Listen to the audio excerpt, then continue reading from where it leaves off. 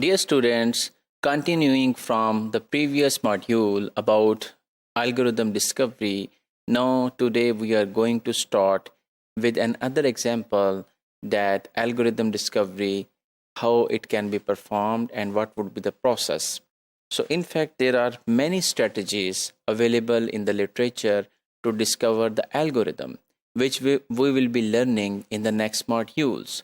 However, the underlying point of all of the strategies is that you get your foot in the door, which means that whenever you have a problem, you try to get first clue that how this problem can be solved.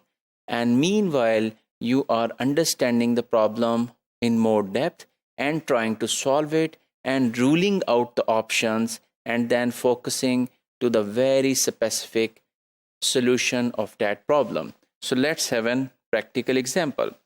So for example, there are 4 people who are going to start the race, and all of the people have predicted some statements. For example, the person A has predicted that person B would win. Person B has predicted that D would be last. C predicted that A would be third, and D predicted that A's prediction would be correct. As soon as they finished their race, the following were the findings. Only one of these predictions was true, and this was the prediction made by the winner. So this is all of the data, this is all of the problem we have, and we need to identify the order. Did A, B, C, D finish the race? So you need to find out the order, that who remained first, then second, then third, and then fourth. So this is the problem. So here you are not going to understand whole problem at once. You are trying to put your foot in the door. So if you look carefully, the first statement and the last statement, that A predicted that B would be win and D predicted that A's prediction would be correct. So as this problem is saying that only one of the statement could be true, this means we can reject first and the last statement because they mean the same thing. So we are left with 2 statements. B predicted that D would be the last and C predicted that A would be the last. So here you can see that if A predicted that B would win, this statement is false because of our first logic. This means that the second statement, B predicted that D would be lost, cannot be true as well, because the statement made by the winner is actually the true statement. So as A predicted that B would win, so this statement is wrong. This means that B will not be winner, and any winner who is making the statement or the prediction would be actually the right one.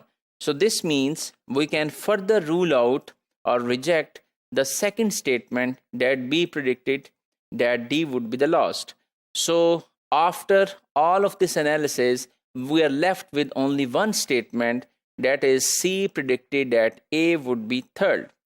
So, and we also know that C is the winner because the prediction made by the winner is actually the correct one as stated by the question. So this means now we have 2 possibilities. The position of C and A is the correct one, which we already know that C is the winner and A is at the third position. But either B is at second position and D is at last position, or D is at second position or B is at last position. So we need to make the choice. So here you can also again need to refer to the problem that says B predicted that D would be lost, the second statement. So as this is wrong statement, this was false statement, this was rejected previously, this means the first option can be ruled out, that D is the last one. So this means the correct order would be C, D, A, B. So the C remained first, then D remained second, A remained third, and B remained the last in the race. So what it requires, actually, you have tried to solve the problem. So it is not by following one methodology. It was basically your critical thinking and your thoughts that you organized. And one important point was that whenever you have put foot into the door, then you were trying to find more clues and trying to ruling out the other options to be very specific to reach to the particular conclusion. And meanwhile, you were referring to the problem as well. So sometime it happens that you cannot build an algorithm by only understanding the problem before starting the algorithm discovery.